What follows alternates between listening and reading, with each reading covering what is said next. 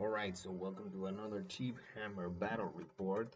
In this occasion, we're going to have the typical 2,500 points between the Empire and the High Elves. But this battle is going to be surprisingly really fast.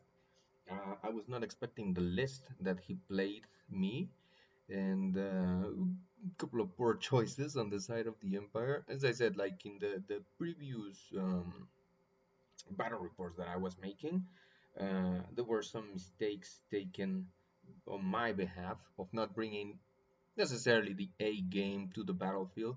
And as displayed by the first picture that I'm showing in the battle report, this seems to be it's still, yeah, I was not understanding um, the idea. But it's all about testing also units, and enjoying your game. And I like testing some other different units just to see what works better. So as you can see over here, I think I made a big block of, I think it was militia, I think, like a huge block of militia and just make them like my important unit. Of course, you gotta take in consideration that militia, in that sense. Now, here's the thing about militia. Just before we go into the battle report, the thing about it is like, so it has some bonuses to it, but it really doesn't help you that much. Like if you, for example, one of the rules that it has the warband and the horde rule. So one of those two allow you to, for every rank that you have on their formation, you just getting +1 to your leadership. So you can rank it up to leadership 10. And they got the warband, so they got mixed weapons. They can shoot things. So they're very combative.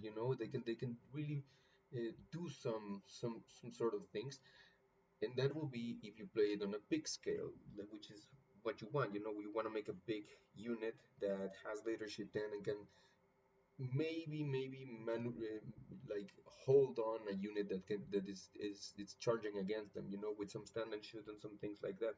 But then it comes to that point which, if you break it into small units with enough damage that they can cost you, because you don't really have any saves with them, you lose that rank bonus, so your leadership starts going down. And since they're levies, they're just gonna break and just fucking leave.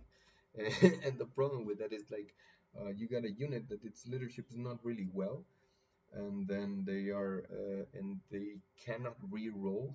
So breaking them in small units doesn't really does the trick, and putting them in huge units, well, they don't really pack that much punch.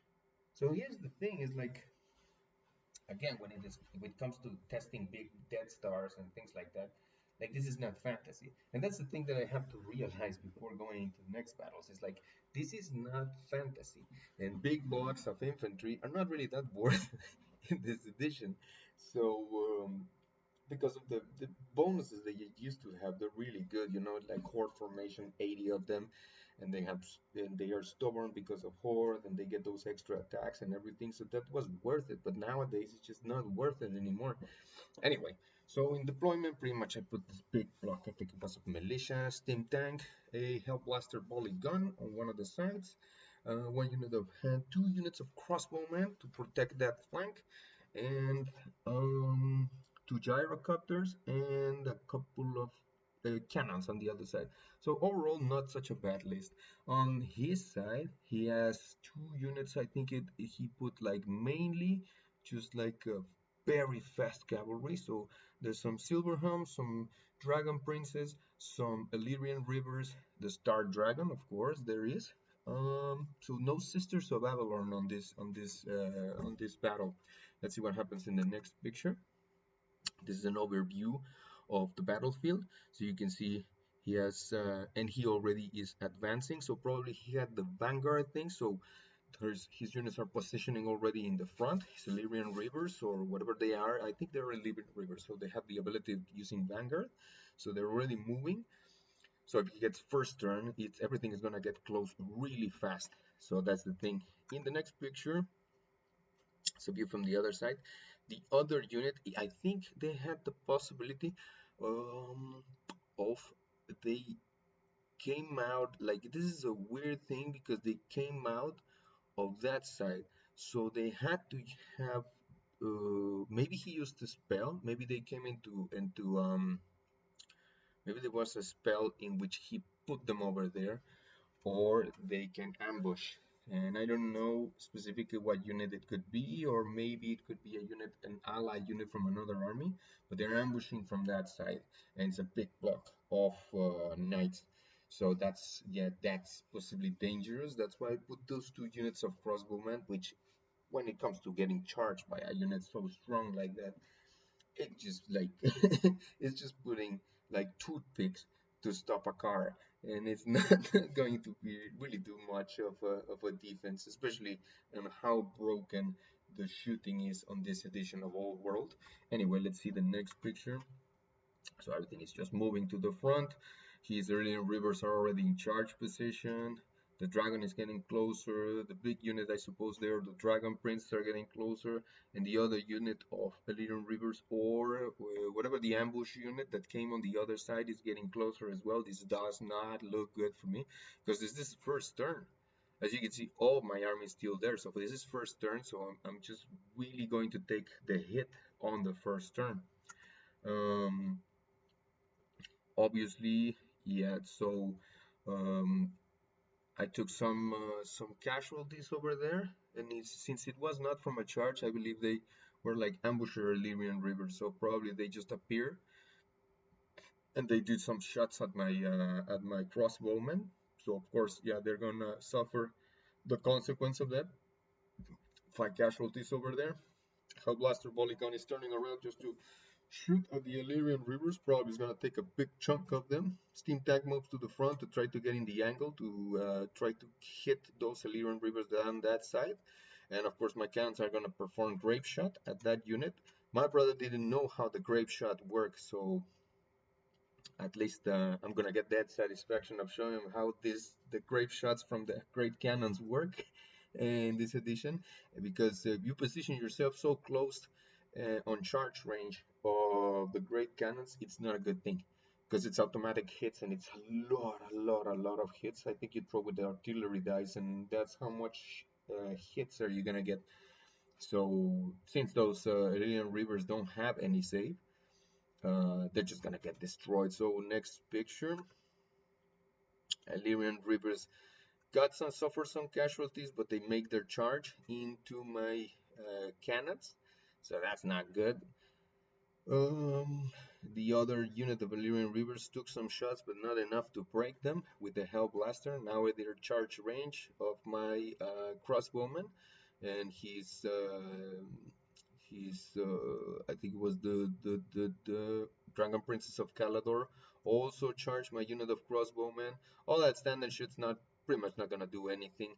The dragon charged the front of my big block of militia, and it's destabilized. So the problem is like the he used a unit of silver helms for I don't know what, and those guys, if they charge, they disrupt the unit, so you lose that rank bonus of the militia, and that is crucial because if you were going to try to hold everything on just the leadership, then now you cannot use the rank bonus for the militia's leadership. So now you're dealing with a unit that has leadership 6, breaking in combat resolution, and you didn't do anything to its dragon and to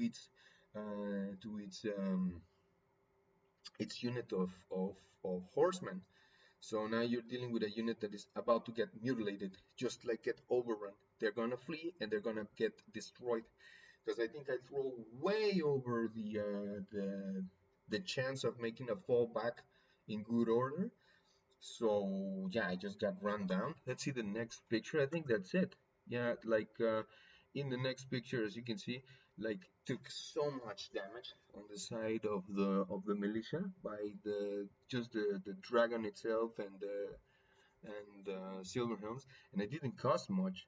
Like my heroes, probably I just armed them with the mace of Hellstorm to try to take down the dragon, which is melee, which is a good idea, you know. But you get one chance of just getting that. You gotta get the coin that allows you to reroll one hit.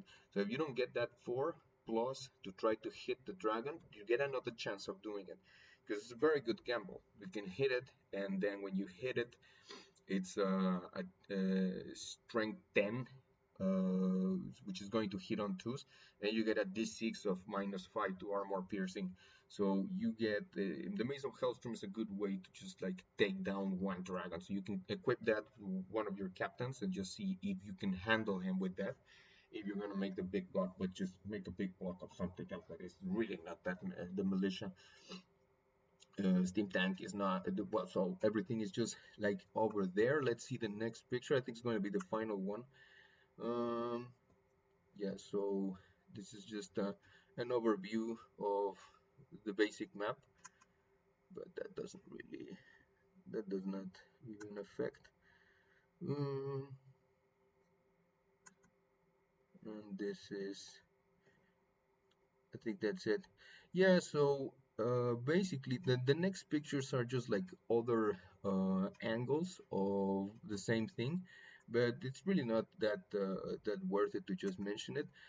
Overall, like there were some archers that popped in the north from my units. I just put them in ambush because I had some extra points and I just spent them on some archers. But just this is what this was a bad list of the empire. Obviously, trying as again testing new things and stuff like that. But the conclusions are getting there. It's like these big blocks are just wow, it's just not good at all, man. I mean, like you could just make small blocks and try to put some captains with some weapons just to be able to just counter the dragon if it gets close. Just focus on the machines and just keep them safe. Use the steam tank and other things to try to keep your war machine safe and just shoot as much as you can get. Maybe just put your wizard on the back so you can cast some spells or some things to slow down whatever is going to the charge, but mainly focus on your war machines because those are the ones that cause more damage. Those are the ones that kill more Illyrian Reavers, and with the Grave Shot killed a bunch of them as well. But overall, like this, we decided to stop the game because I think they broke the unit of militia and they overrun it. So that at that point, it's the end of the game. Dragon was probably going to go for the steam tank. The Lyrian River was going to just keep destroying my war machine. So maybe they could kill some things, but maybe the Dragon Princess and everything was just going to get closer. So at that point, it would just drag on. And I think we were already in like turn four. It would just drag on until next turns.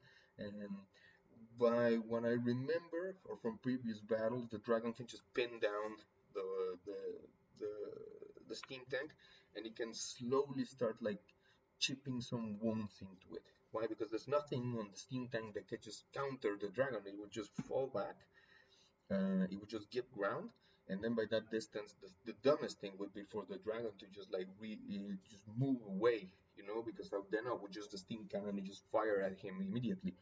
But no, you just follow up, and you just keep.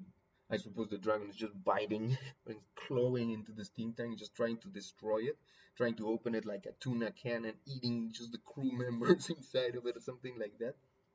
But yeah, mainly that's that. So again, victory for High Elves. It was a good battle. It was a quick battle, but it was very enjoyable. Testing some new stuff and getting to know some conclusions. Just to get the game into a more competitive level and understanding which units right now are best to use and which units really are not worth to use. But yeah, that will be it for this battle report. Thank you so much for watching, and we'll see you on the next one.